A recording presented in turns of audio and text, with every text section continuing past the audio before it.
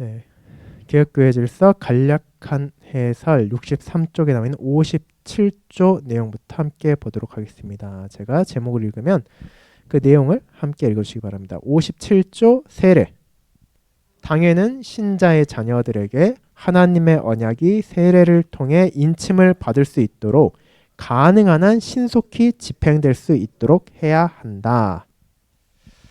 네, 이제 세례에 대한 부분입니다. 이제 이후에 나올 부분을 생각한다면 이것은 더 정확하게 말하자면 유아 세례에 관련된 내용입니다. 이제 그 내용을 함께 보도록 하겠습니다. 교회 질서 비교. 이 조항은 기존 교회 질서의 56조에서 60조를 수정한 것입니다. 57조는 기존 교회 질서에서 아버지가 자녀를 데려오며 대부 및 증인에 대한 언급이 있었으나 현재 조항에서는 부모에 대한 직접적인 언급이 사라졌습니다. 호주 자유개혁교회 질서 42조 및 정통장로교회 교회 질서 38조에서도 이를 다루고 있습니다. 이제 중간에 이제 대부에 대한 내용 있죠. 사실 이 대부는 우리나라 문학과에서는 굉장히 낯선 거긴 한데 이제 서양권 같은 경우에 이제 대부나 뭐 대모 이런 것들이 있었습니다. 그 사람들이 어떤 사람들인가 하면은 쉽게 말하자면은 이제 부모와 아주 친밀한 관계인 사람, 뭐 친척이 될 수도 있고 친구가 될 수 있는데 혹시라도 부모에게 무슨 일이 생겼을 때 말 그대로 그 부모를 대신해서 그 자녀를 돌봐줄 수 있는 사람, 내가 그렇게 하겠다라고 이제 서약한 사람들을 이제 대부 혹은 대모라고 부릅니다. 그러니까 예전 교회 질서에는 이제 그런 대부에 관한 것도 이 세례와 관련돼서 포함이 되어 있었다라는 내용이었습니다.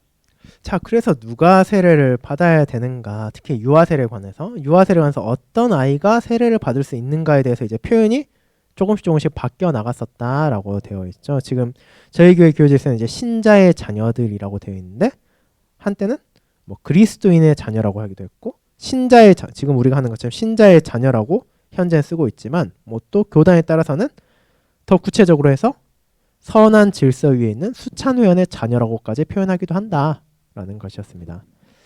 초기 종교개혁 시대에는 로마 카톨릭을 완전히 떠나지 않은 사람들도 개혁교회와 함께 예배하는 경우가 있었습니다. 이들의 자녀에게 세례를 허용하기도 했으나 부모가 반드시 신앙교육을 약속해야 했습니다. 그러나 16세기 말에는 질서적인 이유로 세례를 받는 가톨릭 부모들도 있었습니다. 신자의 자녀라는 표현은 다소 광범위하여 다음과 같은 질문이 제기될 수 있습니다. 그래서 이제 신자의 자녀라고 하면 사실 신자를 대체 어떻게 정의하에 따라서 해석이 갈릴 수가 있죠. 그래서 이런 질문들이 나타날 수 있다는 겁니다.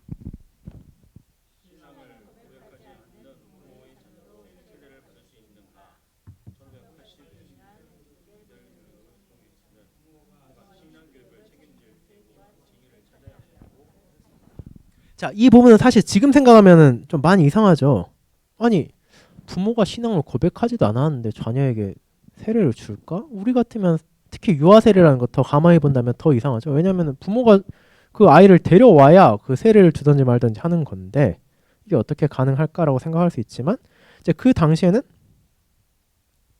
사실상 교회를 다니지 않는 사람이 드문 때였죠. 그렇다 보니까 사실상 수찬 회원이 아니라거나 혹은 믿음을 공적으로 고백하지 않은 사람도 교회에 나온 경우가 있었을 겁니다. 이제 그런 경우에는 그 자녀에게 세례를 주고자 한다면은 신앙교육을 책임질 대부와 증인을 찾아야 한다. 즉, 그 부모가 신앙이 바르게 서 있지 않는다면 그 부모를 대신해서 그 아이에게 바르게 믿음의 교육을 해줄 대부와 그를 증거할 증인이 필요하다라는 거였습니다. 그러면 이 다음번은 또 흥미로운 질문입니다. 권징 중인 부모의 자녀도 세례를 받을 수 있는가? 자녀의 신앙교육이 보장될 경우에만 허용되었습니다. 라고 하고 있습니다.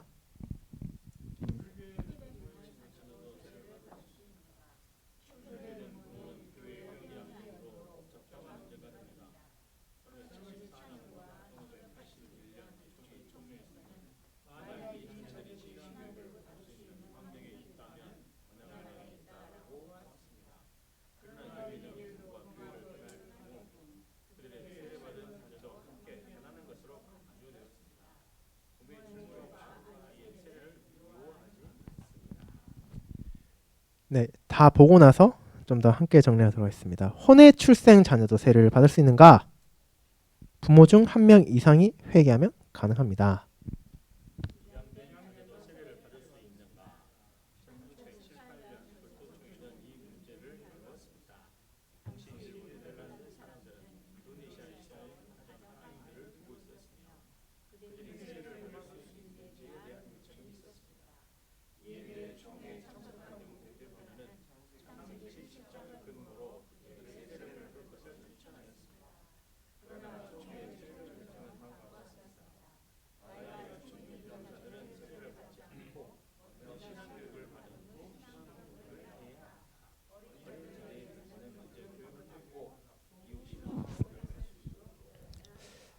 그러나 이 상황은 오늘날의 입양과는 다릅니다. 오늘날 입양된 아이들은 법적으로 가족의 일원이 되기 때문입니다. 반델렌 몬스만은 언약에 대한 특정한 관점을 바탕으로 이에 반대하였습니다. 캐나다 개혁교회에서는 입양된 자녀도 세례를 받을 수 있습니다. 문제는 언제 하는지가 논의될 뿐입니다. 그래서 이제 신자의 자녀에게 세례를 준다라고 했지만 그 안에 사실 다뤄야 될 내용이 많이 있다는 거죠. 이제 보면은 이제 첫 번째 부분 같은 경우에는 부모가 신앙을 아직 공적으로 고백하지 않았을 때는 어떻게 할 것이냐.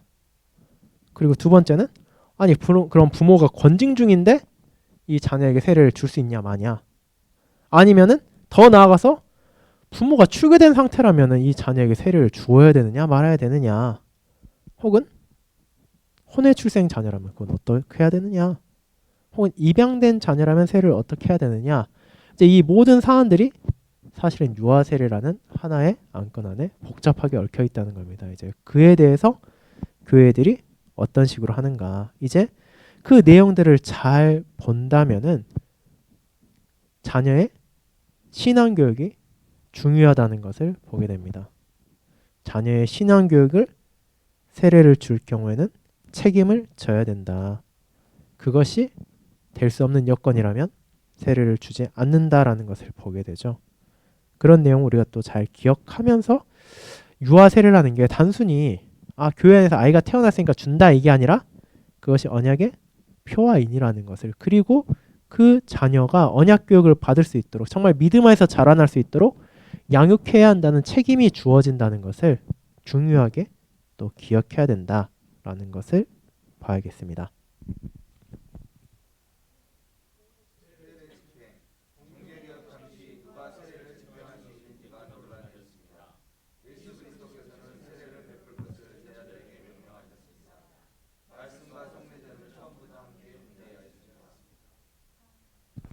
타 교회에서 베푼 세례가 유효한가?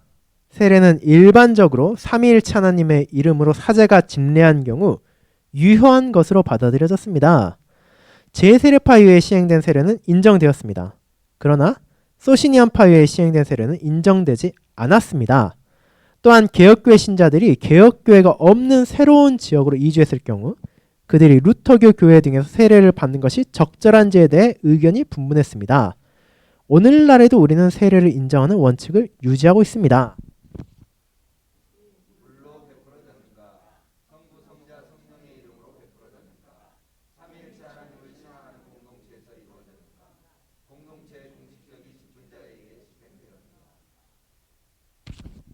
자, 그래서 이제 세례를 줄 때 또 어떤 세례를 인정해야 되는가? 우리가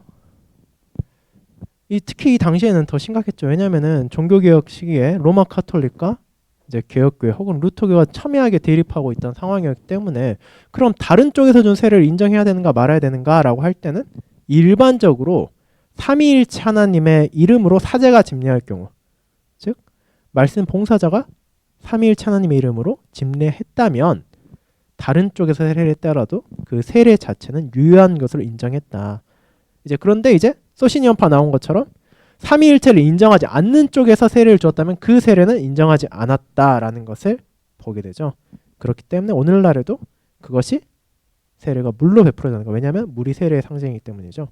그리고 삼위 하나님의 이름을 베풀어졌는지, 삼위일체 하나님을 신앙하는 공동체에서 이루어졌는지, 그리고 그 공동체의 공식적인 직분자에 의해 집행되었는가를 확인해서 그 조건들이 맞다면 비록 다른 교단에서 혹은 다른 쪽에서 세례를 받았다 하더라도 그 세례 자체를 부인하진 않는다라고 인정하고 있습니다. 이제 그 다음번 보도록 하겠습니다. 이제 가능한 한 빨리라는 부분입니다. 우리는 로마 가톨릭의 견해, 즉 아이의 생명이 위험할 경우 가능한 한 빨리 세례를 받아야 한다는 입장을 따르지 않습니다. 동일한 세례에 의한 중생의 개념에 근거하여 초기 교회에서는 세례가 최대한 효과적으로 이루어지도록 죄를 최대한 씻어내기 위해 죽음에 임박할 때까지 세례를 미루는 경우가 종종 있었습니다. 옛 교회 질서에 따르면 세례식에는 아버지가 반드시 참석해야 했으며 어머니의 참석은 필수가 아니었습니다. 아이들은 즉시 세례를 받을 권리가 있었으며 단 중대한 이유가 있을 경우에만 이를 연기할 수 있었습니다. 오늘날에는 일반적으로 부모가 모두 참석할 수 있을 때 세례가 진행됩니다.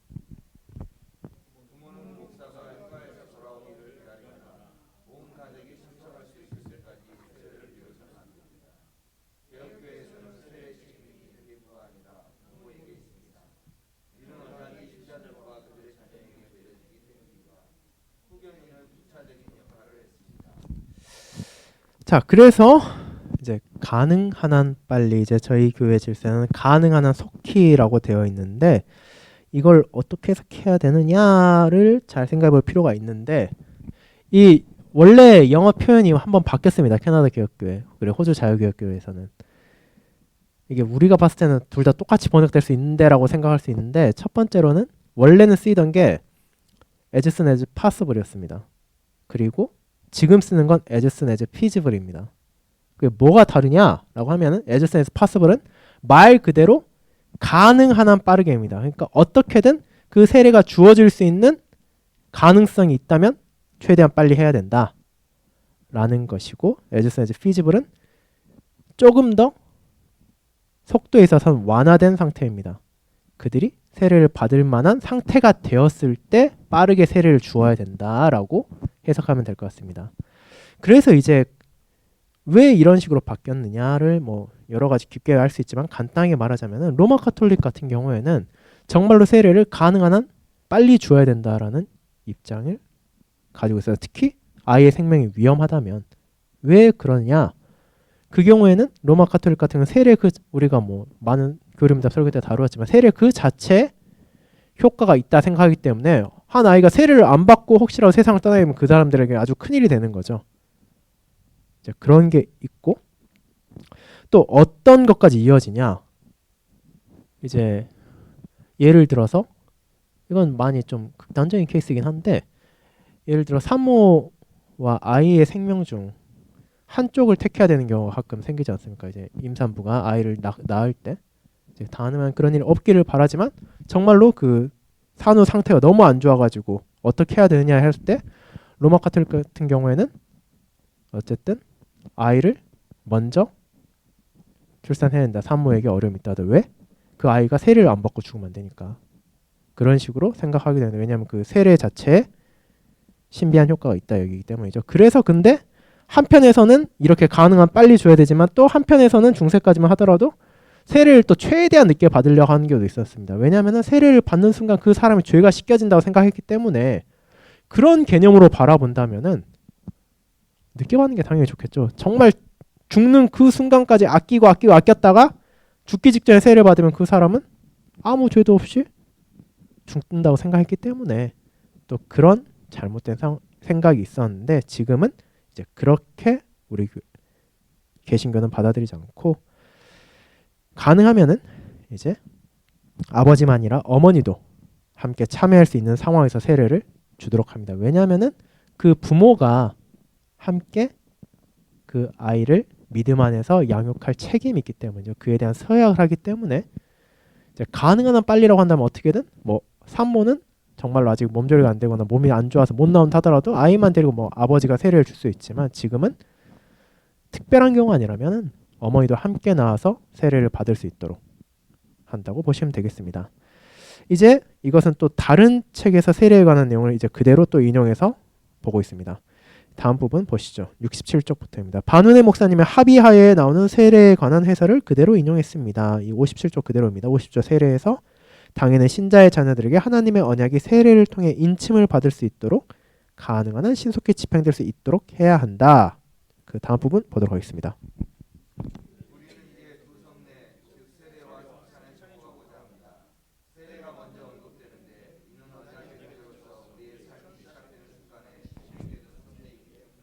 자, 그래서 이 세례와 성찬 중에 세례가 더 중요해서 했다기보다는 세례가 우리가 언약의 자녀로서 삶이 시작되는 순간에 시행이 되니까 그 순서의 의미에서 유아 세례가 더 먼저 나온다라고 보시면 되겠습니다. 우리가 여기서 언약의 자녀라는 표현이 아니라 신자의 자녀라는 표현을 사용하는 이유는 부모가 자녀를 세례에 데려올 때 교회 앞에서 특정한 질문들에 답해야 하기 때문입니다. 따라서 부모가 신자로서 그 요구를 감당할 수 있는지 교회가 확신하지 않는 한 교회는 부모에게 이러한 질문을 요구할 수 없습니다.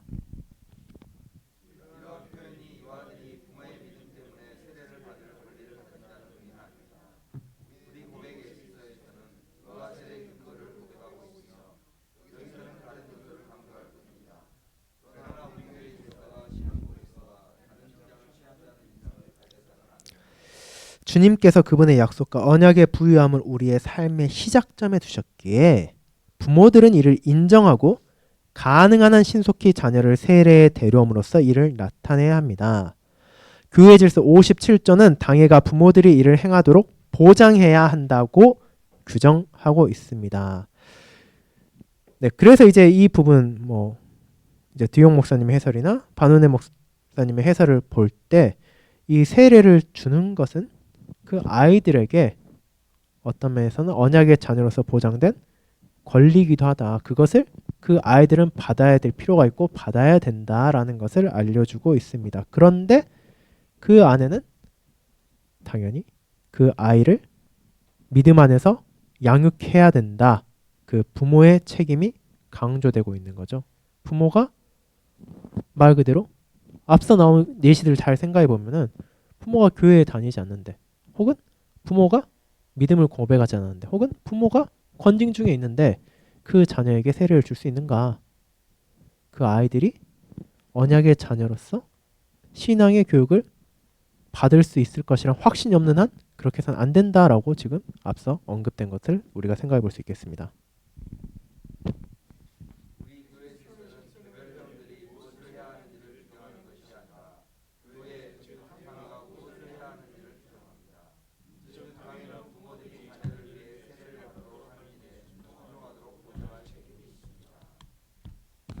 우리 가운데서는 보통 당회가 부모에게 자녀의 세례를 받도록 권면해야 하는 일이 거의 발생하지 않습니다.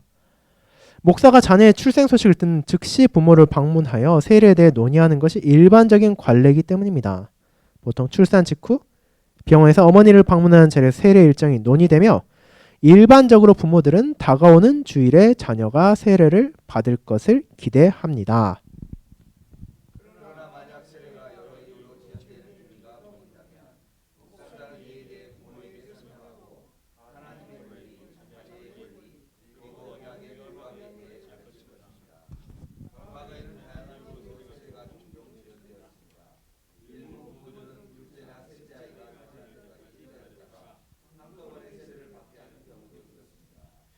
자, 그래서 지금은 조금 다른 것은 예전 같은 경우에는 한국에서도 뭐 아이를 출산하면은 뭐 거의 뭐 그 다음 뭐 최대한 빠르게 목사가 이제 산모 아이들을 뭐 방문하고 이런 경우에서 요즘에는 뭐 그런 출입 자체가 좀 잘 안 되는 경우에서 약간 더 지연되긴 하지만 그럼에도 일반적으로는 이제 당회가 굳이 부모에게 자녀의 세례를 줘야 된다라고 권면하는 일은 거의 없죠. 교육교 안에서는.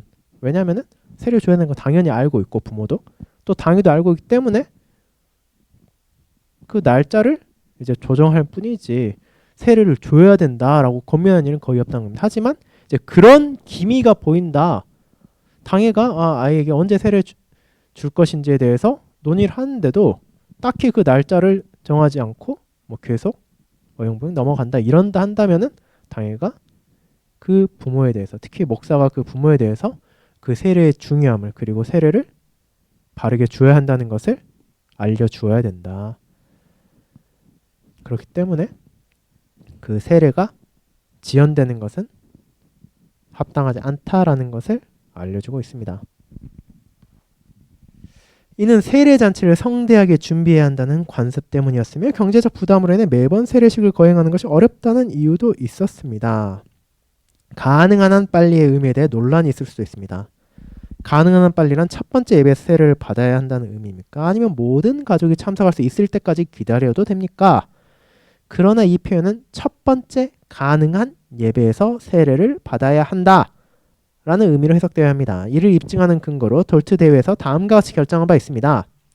하나님의 언약은 가능한 한 신속히 자녀들에게 인쳐져야 합니다. 다만 세례를 어느 정도 연기할 만한 중대한 이유가 있을 경우 이는 당해의 판단에 따라야 합니다. 그러나 어머니가 직접 자녀를 세례에 데려오고 싶어 하거나 증인들이 참석할 때까지 기다리고 싶어하는 부모의 의향은 세례를 연기할 정당한 이유로 간주되지 않습니다. 자, 이게 지금 보면은 앞선 내용과 사실은 조금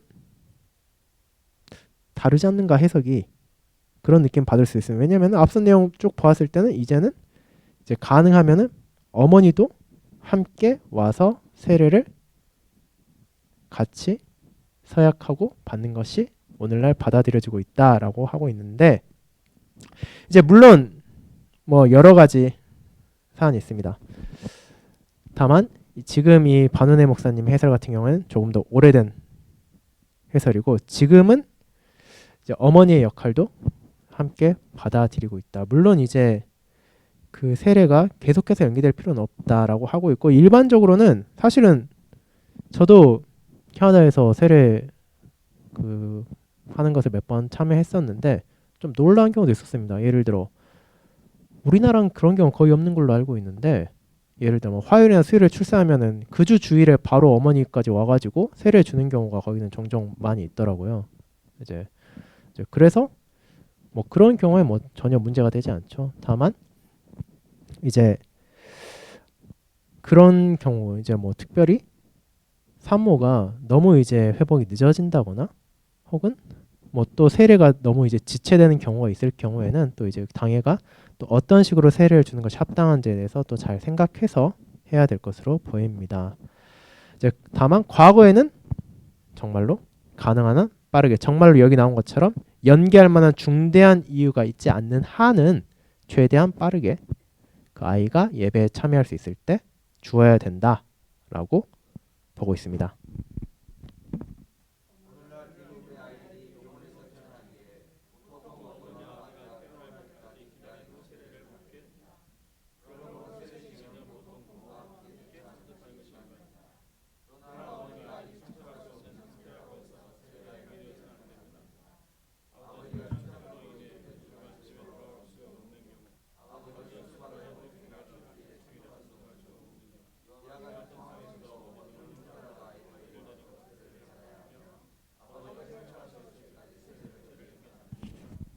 여기서 중요한 것은 하나님께서 이 아이에게 대해 가지신 권리와 아이 자신이 언약의 약속과 세례인을 받을 권리입니다.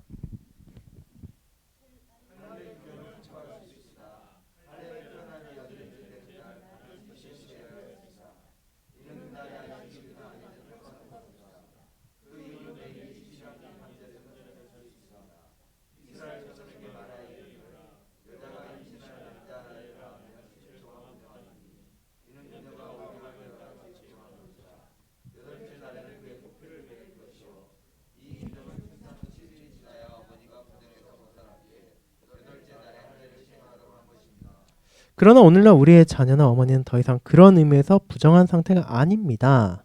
그러므로 아이들이 태어난 직후 첫 번째 가능한 예배에서 세례를 받아야 하는 것이 더 큰 은혜이며 신약 경륜의 복된 특권입니다. 우리는 세례가 죄를 씻어주는 행위 자체가 아님을 고백합니다.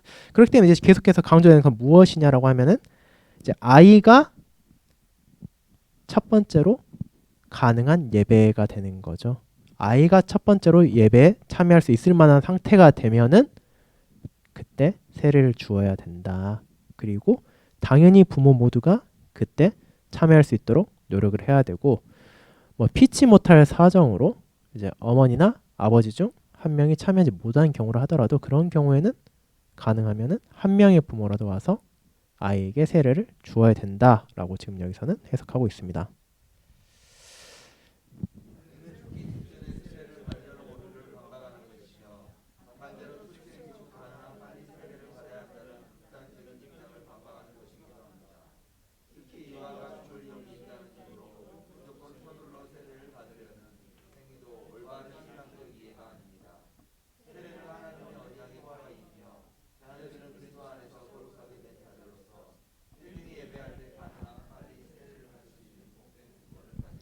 자, 그래서 계속해서 말하는 건 뭐냐? 세례는 사실은 특권이다. 그 아이에게 언약의 자녀로서 주어진 권리이다라는 부분입니다. 그렇기 때문에 가능하면 빠르게 주는 것이 맞다라고 해서 계속해서 강조되어 있죠. 콘스탄틴 대제가 죽기 직전에 세례를 받은 것은 잘 알려진 사실입니다. 당시 이러한 관행은 흔히 행해졌는데 세례가 사람이 지은 모든 죄를 씻어준다고 여겨졌기에 가능한 한 삶의 마지막 순간에 세례를 받는 것이 더 안전하고 신중한 선택으로 간주되었습니다. 이렇게 하면 아직 씻기지 않은 죄의 수가 최소화될 수 있었기 때문입니다. 그래서 아까 말씀드렸던 것처럼 실제로 이런 관행이 있었다는 겁니다. 최대한 세례를 늦추고 늦춰서 죽기 직전에 받는 것.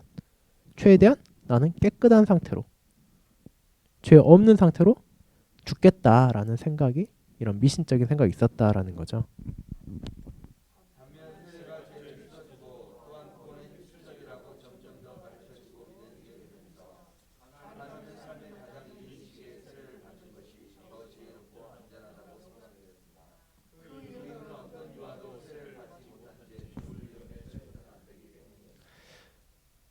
자, 이것은 로마 가톨릭 교회의 생각이었죠. 세례가 죄를 씻어주고 세례 그 자체가 구원의 필수적이라 생각한다면 어떻게든 빠르게 세례를 줘야 된다라는 생각을 하겠죠. 왜냐하면은 아이가 이 땅에 태어났다 하더라도 또 아이의 연약함을 고려하면 언제 어떻게 또 세상을 떠날지 모르는데 그 전에 어떻게든 세례를 줘야 된다. 왜냐하면 그렇게 하지 않으면 그 아이가 구원받을 수 없으니까, 그 아이 죄가 용서받지 못하니까라는 생각이 있었다는 겁니다. 그런데 우리의 신앙의 선배들이 자녀들에게 가능한 한 신속히 거룩한 세례를 받게 하려 했던 이유는 이러한 이유 때문이 아니었습니다.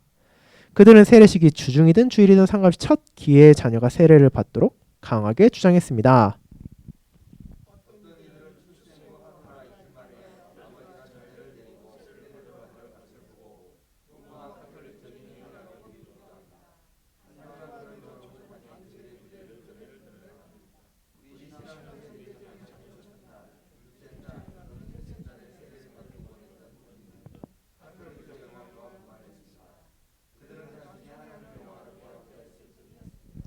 그러나 후에 인간의 종교적 감정과 필요가 중심이 되면서 상황이 바뀌었습니다. 1816년 네덜란드 개혁교회 변질된 총회는 공문을 통해 교회들의 어머니가 세례식에 참여하면 세례의 인상이 더 깊어질 것이라고 공고했습니다. 이 의들은 더 나아가 세례식을 한 달에 한 번만 행하여 여러 자녀들이 함께 세례를 받도록 했습니다.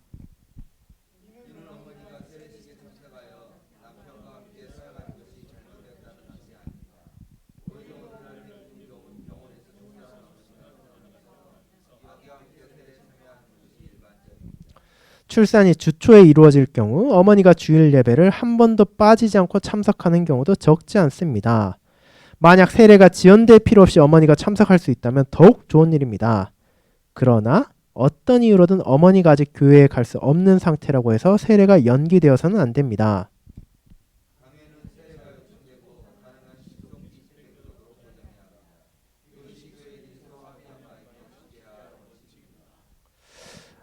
네, 그래서 이제 이런 식으로 이제 세례 시기에 대해서 이제 처음에는 세례를 어떤 사람이 받을 수 있는가 세례 조건에 대해 다뤘다면 이제 여기선 세례 시기에 대해 했는데 또 다시 한번 이제 조건에 대한 부분이 또 나오게 됩니다. 그 부분은 또 다음 수요 모임 때 하도록 하겠습니다. 이제 이걸 보게 되면은 우리가 어떻게 보면 큰 생각 없이 행하고 또 봐왔던 세례도 사실은 그 시행에 있어서 또 그 근거나 또 원리에 있어서 아주 복잡한 또 중요한 신학적 사안들이 있다는 것을 깨닫게 됩니다. 그렇기 때문에 우리가 또 이런 부분을 공부함으로써 세례가 얼마나 중요한지를 또 깨닫고 또 그 세례에 함께하는 것이 얼마나 큰 은혜이며 또 우리에게 중요한 책무를 주는지를 또 기억하기를 소망합니다. 다음 시간은 71쪽 이후에 나오는 세례 그 조건 부분을 이어서 하도록 하겠습니다. 네, 그러면 기도드리고 오늘 수요 모임 마치겠습니다. 다 함께 주님께서 가르쳐주신 기도 드리겠습니다. 하늘에 계신 우리 아버지여, 이름이 거룩히 여김을 받으시오며 나라가 임하옵시며 뜻이 하늘에서 이룬 것 같이 땅에서도 이루어지이다. 오늘날 우리에게 일용할 양식을 주옵시고 우리가 우리에게 죄 지은 자를 사하여 준 것 같이 우리 죄를 사하여 주옵시고 우리를 시험에 들게 하지 마옵시고 다만 악에서 구하옵소서. 대개 나라와 권세와 영광이 아버지께 영원히 있사옵나이다. 아멘.